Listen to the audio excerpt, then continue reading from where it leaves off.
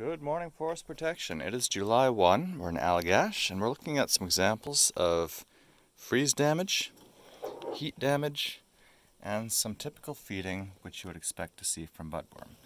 On these samples, we don't have the budworm itself, so we can't say that it was budworm, but this is what you would expect to see.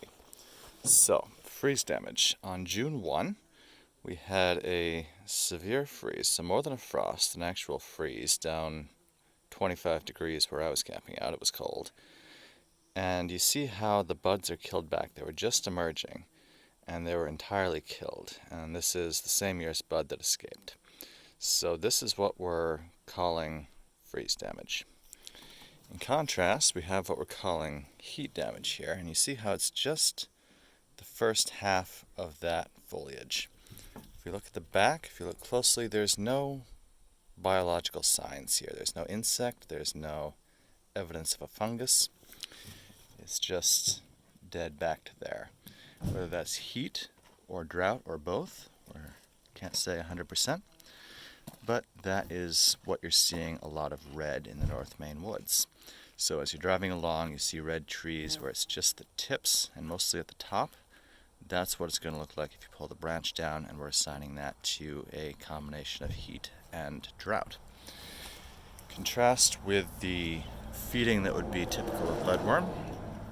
These were webbed together, and you can see the missing needles here. You see there's no red here. So with the trained eye and binoculars, you can look up and see these bare branches. This one's a spruce, of course.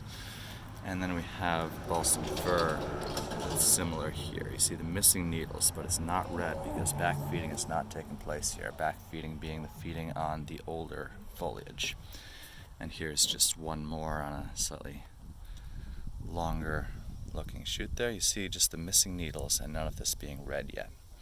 So we have defoliation, defoliation, defoliation, heat and or drought, and then this year's freeze/frost damage looking like so.